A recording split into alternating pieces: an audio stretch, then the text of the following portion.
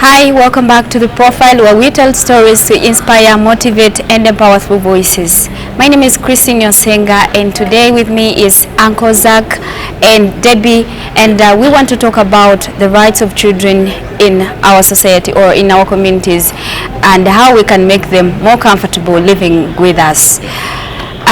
Recently, there are cases that are coming up of children that are on the streets, children that are hawking.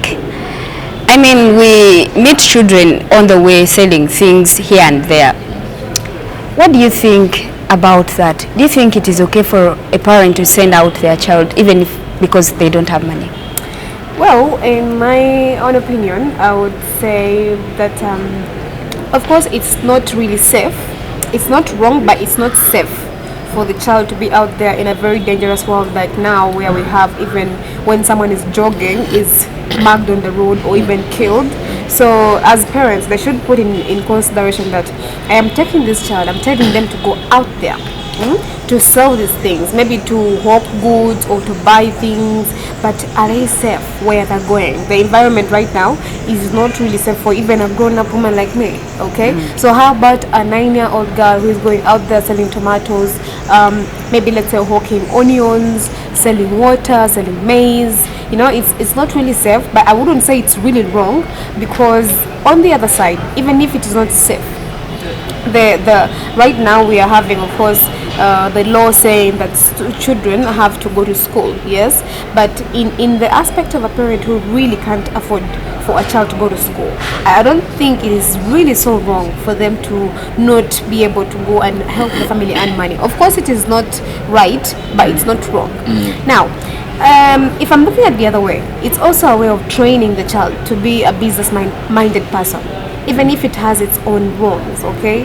That's why I didn't really grow up in that kind of environment, but I saw some of the kids in my neighborhood.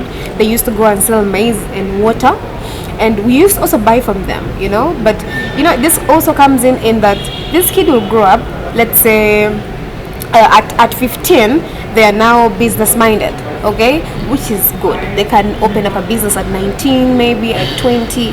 But remember, if I am beginning to make money as young as 15, 9 years old, 10 years old, remember, I won't have the mind to go and really sit in class for a whole day listening to someone teaching me things I will find boring. Yeah. Because now I will be thinking, how am I supposed to make the next 5,000? How am I supposed to make the next 10,000? You know? So that is what I'm saying. It is not wrong, but it's not right. It is not right because you're depriving this child of having the potential to go to school and maybe become a very big business person in the future. Okay? Now it's limiting them, which is not really as good as the other side. Uncle Zaak, what do you think about it? I would look at it in this way. Protecting the rights of the child is a comprehensive approach that is legal, that is a society's role, but also an educational maybe part, because as an education system there must be a provision to follow up on these children that maybe are not showing up, because it's a Monday and today is a Friday, and early morning I think he's a 13-year-old with a bucket of eggs. Early morning, I'm going to work. He's going to work. And I'm like, wow, what is really happening? But if we as the society must stop just looking at these things and take them normal. It's really not right for a 13-year-old, a 9-year-old to walk out into the market and try to figure out what to do. I've heard of people say these kids that are even hawking eggs, that are hawking stuff items, you see them on Ginger Road with so many items, selling them to people in cars. I hear they're brought from villages and brought to Kampala to make money. And if we had to address the issue of child trafficking, because there's so many cases where people are saying we have children going to Sudan, to other countries to do business or to work. We have so many house girls. Maybe a parent that is there, look at your house girl in your house before you address your son and your daughter or complain about the child you've met on the street selling 2 eggs. think about your house girl. How old are they? Do you really think they're old enough to? By the way, these days they have house girls who are 15. 15 years and 11 years. I have gone into a home where they have a house girl of like 9 years and they're like 9, 10, 11. So like they're very young. So it's a legal thing that the government should not just look at these people and wait for what, because the only times we see the government coming out to stop such behaviors is when maybe they meet a young boy who has died on the street, and then they will remember to come out and stop this. But because it's always the time, the moment you say it wrong, you should stand out and really come through. So it's wrong for these young people to step out on the street and do what they are not supposed to do. Like Debbie has shared, we are exposing these youngsters to emotional growth that is so much for them. If they're learning, yes, they have to learn all these market skills. It's really important for them, but you can't let them go. It's time for school. They're in the market. They're struggling like we are struggling. We are different ages, but they're struggling. They're facing the same troubles. They are complaining about the government. I mean, in restaurants, you see, like there are these children who work in their parents' restaurants. Find a young child is working in restaurants. There are men talking a lot of vulgar words. So that, but Kristen, it's not really bad to help your mother in a restaurant. I mean, imagine I have an auntie, not an auntie, but my friend's mother. She has a restaurant in Bali. So my friend, whenever they're done with school, of course they change uniform or they carry backup clothes that after school, like around 4 or 5, they come. We used to actually go there and of course have a meal. But after school, they change into their normal clothes and then help the mother. That is very okay. I find it not even bad, because now, even if they have grown up men in that area, there is always someone take care of these kids in that place, okay? There is the mother keeping watch that no one should touch my kid inappropriately. But of course, like you say, there is also vulgarness that is happening in restaurants, mostly with the border men these days. That's true. You know? And maybe garage people. So if they come and eat, they look at me, like let's say me, I am so grown, I have a mature body, they start having those insulting comments they throw at people. And now as a girl, it will stick to me, I'd be like, maybe I'm really grown up, maybe I should now experience what they're telling me. That is where the bad comes in from. But Isaac, you hinted on something about a young girl being a house girl. Now let me tell you this. So I was staying in the barracks, in Sunday barracks with my uncle, and then there it's like a trend that house girls are not old. You know? I know, and it's really painful. Where we were staying, there was a uniport around, and there was not even a 9-year-old. She was I think 7 or 8. Yeah, I know.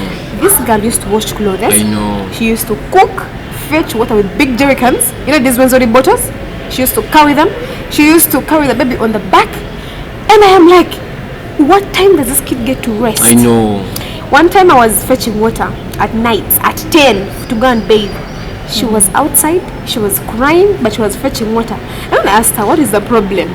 She was like, Mama just slapped me and the cheek was swollen with a handprint even on it. So the one she was calling mom was her boss? Yeah, it was an auntie, her auntie actually. She picked the kid from Arua. From Arua district. She brought her here in pretense of teaching, of like educating the child, and that is what she was doing. At 10 p.m. the kid is outside fetching water. Do you know what the woman was doing? She was on the veranda taking yogurt with her kids. So I really felt so pissed. I told the kid, fetch water and please go home. It's late. And you know how the barracks can be. It's very, very, I don't know, much as we have policemen staying there, but a lot of crimes go on in barracks. So I really implore for people out there, if someone is coming to take your child away from you, that they're going to educate them, please keep on following up. Once in a month. But maybe to pick from there, I think we as parents should also find priority. Do you really prioritize money or you prioritize your children? So I feel sometimes we want money. Yes. And we feel for us to raise our children well, we must be having finances. and we chase after money. We chase after money and forget the fact that we have a responsibility to raise our kids in a proper way, so that you can make good money. So that we can Actually, with these parents, someone comes to the village and is like, I am taking kids I'm giving them a bursary. Because now you feel relieved of that burden of paying tuition. You just give them. You don't even care to know where your children are being taken. There is this boy. He's, I think, 10 if he's too old.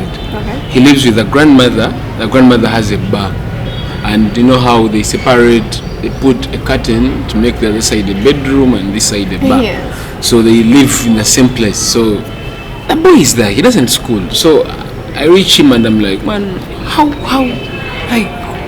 are you surviving? Like, I live with Jaja and that's what we do. He says, and he's always there. It's 3 a.m. He's awake because the music is too loud and they're having these conversations, and he's there. He's exposed. He drinks because he's there. At 10 years old. Yeah, he does. Wow. He does drink. He steals from the grandmother, and before you know it, and it's really a lot of bad stuff happening. And it's not that it's only us that see this. Yes. Everyone looks at all these things, but we all talk about them in corridors. That's the challenge. If we could have a social responsibility where we all can have a say on all these things, and we come through and talk to these people. Look, why is it this kid going to school? We have UPE. We have all these establishments. We have people that can. We have bursaries in different schools.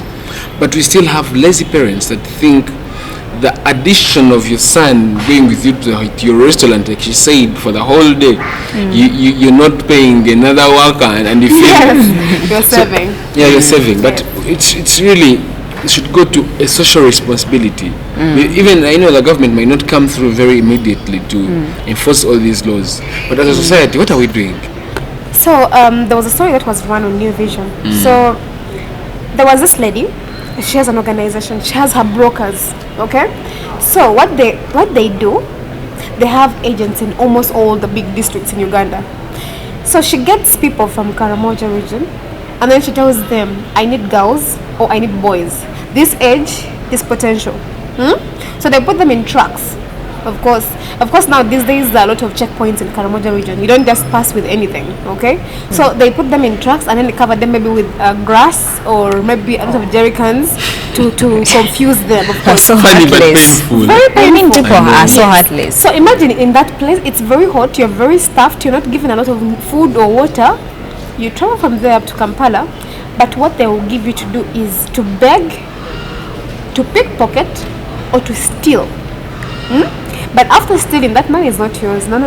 The bag you have stolen is not yours, but it is for this organization. So you have a person that you report to in a day. How much have you gotten? And your share is like, I don't know, 5,000? You know? That is what they give the kids. So the government really arrested this woman, and I was really so happy. Because we have in Mbale, I used to go to, when I was going to school, that was around 2018, 2019. But on the streets you find these girls and they will bad touch you, you know? They have that kind of vulgar way of doing things. They come and touch your private parts, or pull your hair, or pull your bag, or smack your head, or smack any part of your body, right? So what the people of Mali did is to put them in gateway bus and take them back to Karamoja.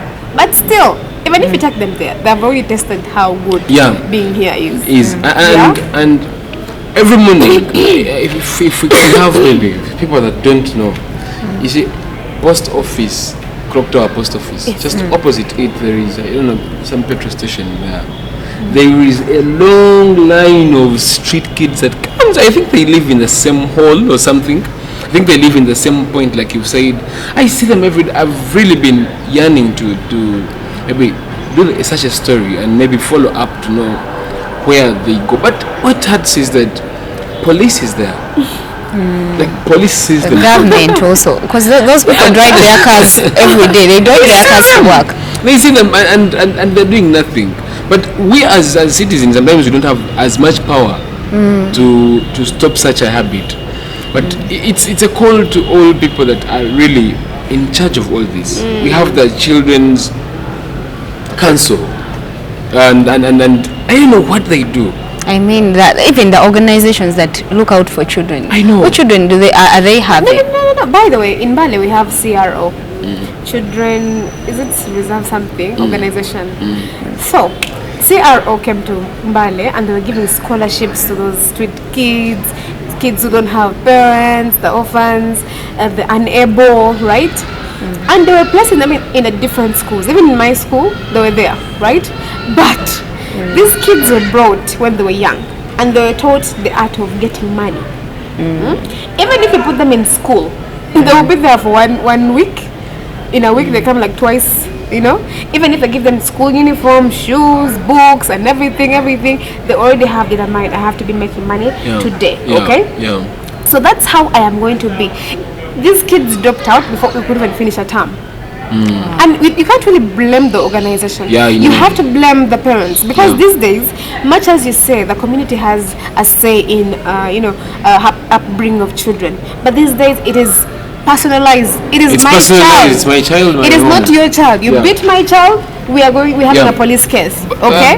But and it's in this very case, horrible. In this case, I think we really have to move down home, back to where these kids come from, and maybe do a mass sensitization, and maybe record videos of what the kids do around here.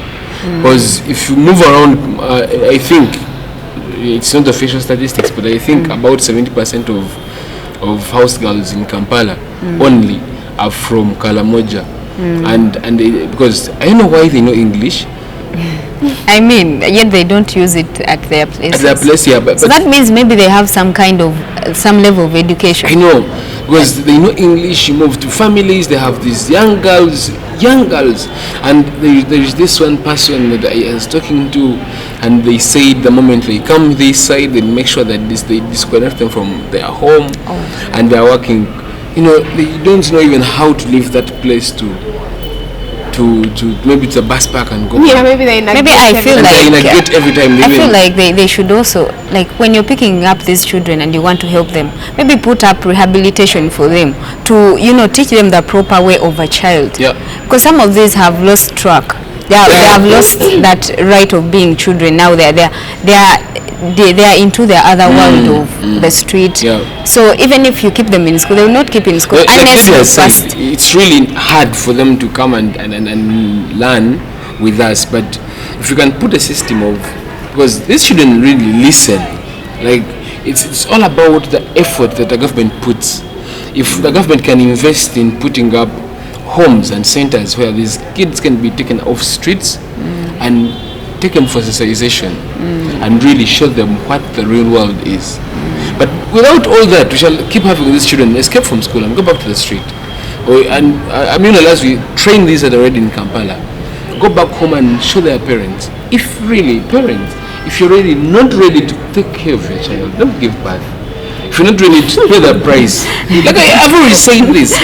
But Isaac, you're saying not give birth, but it is not upon me, the woman. It's upon my man. That if he wants me to have a child, I should have a child. It's a two-way thing. Young men. But even the problem of having so many young parents and even single mothers. Right. And now, talking about single mothers, it really hurts me. If you're not ready to be a father, why do you go looking for a woman? Like, honestly speaking, if I'm not ready to pay the price, because everything I've learned that everything has a price. That's like right. There's nothing that you just get at a free cost. You must pay for it. If you're not ready to give birth, don't look for women. If you're not ready we have all these family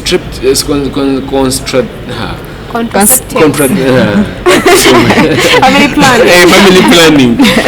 And in place, free of charge. You cannot have a child unless you want. It means by the time you have a baby, you're ready to take care of it. So even before we blame the ones that are already out in the streets, let's talk to the parents. But let's talk Isaac, to the fathers that leave the women pregnant and go out. I'm feeling like, Isaac, okay, you talk about family planning, it's good, but you're forgetting that family planning has its own shortcomings, okay? Yeah. For us women, it impacts us more than you can think, okay? Yeah. Me as a woman, as a Catholic person, the religion doesn't accept actually, me to religious use also. family planning. Don't get yourself You exposed. are forgetting the aspect of us being human and humans. And I mean, you're sleeping in the same house. right? I get this like Ashraf, our producer there. I get Ashraf. He's a rich man. He has his money, and he's telling me, Debrah, I can take care of you. You know, I can't predict the future that he's lying. Yeah. Right? In the moment, I'll be like, Ashraf is my world. Okay, I mean he's the producer of the profile. I mean he has a CV. Yeah. I am. You know, I'm forced to believe that he is the man I can have kids with. Innocently, I accept that yes, I am with Ashraf till death do us part. I don't know Ashraf's plan, but me, I know he is my man. I know. For better, for worse. When I get pregnant, he is like, oh, why did you get pregnant? And I'm like, oh, was the baby supposed to knock on the door that, hey, mommy, I'm being made now, you know? And it's really not about us using contraceptives. We can use contraceptives, yes, but in the long run, we are having complications as women. And men, please, you know, contraceptives can be there. We can use the injector plan, the control pills, we can use the whatsoever, yes. But So you experienced it. I have seen it happen. I have seen it happen. And it, as much as it can limit you from giving birth, in the long run, you're going to have complications with your uterus, and it is me supposed to suffer with it because you're the man. You don't know that. I know. You don't know that. The heavy flows that we Debbie, have, Debbie, it's us who suffer them. And loss of weight argument- in the gain. My argument is, it's not. We should not only have conversations to women asking them to not to give birth. Yes. It should be a two-way thing. That is As a better. boy, no one has ever come talk to me about how to avoid getting a girl pregnant. Like these are because we've had movements going to schools to teach women, don't allow bad touches, don't allow all these things, but we don't have as much effort to train a young boy, Uncle Zaak, to show them that if you do this, you're going to get a girl pregnant. So we are training a I good saw a woman. story today. I'll share with you. Maybe if you can, maybe send a screenshot to people. Maybe you can put it in the link in the description for people to see. This young girl got pregnant by a peer, and because she was pregnant, she was in P4, 14 years in P4. Yeah, the parents talked to the fathers. Okay, like the parents, the boy. The parents of the girl talked to the in-laws of the girl, and in the night they take this girl and forcefully. At 14. Yeah, at 14. I think I've read that story too. Yeah, and man, that was really hurting. To me, I was like, how do you really begin? Like, how do you really begin even send your child go for marriage? And these things are still, these things are still there. We talk about them, and we think they are way past. You're like, this is modernity. This cannot happen, but this really happens. Not even that, Isaac. There was a time ago, this very year, that there was something on the news, the Ghanaian marriage between that chief priest and that 12-year-old girl. I mean, you clearly see the parents are in this thing, and it's culture. In some places, it's culture. Like in Karamoja, it's like when you're 14, you're too old to get married. With the Somalis, it's like 12 years old. You're supposed to get married. I have a Somali friend in Bale, and she tells me, in her family, most of her sisters get married at 17, 16, 18, and it's very normal. The parents are not against it, as long as you have a man who is able. By able, you know, financially, okay? Now, look at this. Statistics some time ago were stating that in Chimoli district, Kamoli district, there were a lot of early marriage cases. Early marriages, that kids don't go to school. So much as we are also saying that early marriages can also contribute to the fact that kids born out of those marriages, kids born out of those marriages will never know, you know, the love of family. Because I am getting married at 14. 14, I am still a child. I am going to give birth to this child. I will not really be there. You don't even know what it means to be a parent. To be a mother. And maybe in some cases where I've also grown up in a family of a young mother who is also not really caring about me. I don't have the mentorship from a mother, how I'm supposed to behave as a woman. And I'm giving birth to a girl. I don't know how to make her be a good woman. So in the end, this kid grows up anyhow. She is the Namuli of the village. Like when I go to the borehole, all boys are swearing, where yeah, this is the woman. And of course, with that kind of language from those boys or men of that village, I am forced to believe I'm very beautiful. And when I sleep with a man, yeah, I'm ready. I'm ready to be, you know, be a woman. You know, at 14, I am forced to also be sleeping with men.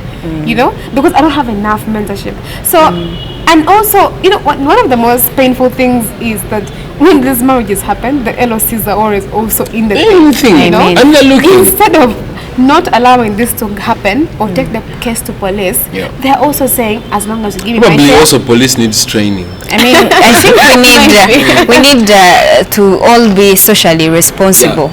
You raise your child teaching them to be responsible, so that even as parents they will also be responsible parents and also pass it on to their children. But also the government should also give a hand, put up programs that are going to educate our people, educate children from way at a young age, and even educate some of these parents, some of these young parents, the single mothers. Actually, we have even single fathers. So yeah, that calls for all of us to work together to make sure that we create a safe place for our children that are going to make community members. Thank you so much for being a part of the profile, and we have been sponsored by Alicia Fashions and Makeup Glam. You can contact them on 0700 389 800. Thank you so much to our guests. Until next time. Bye-bye.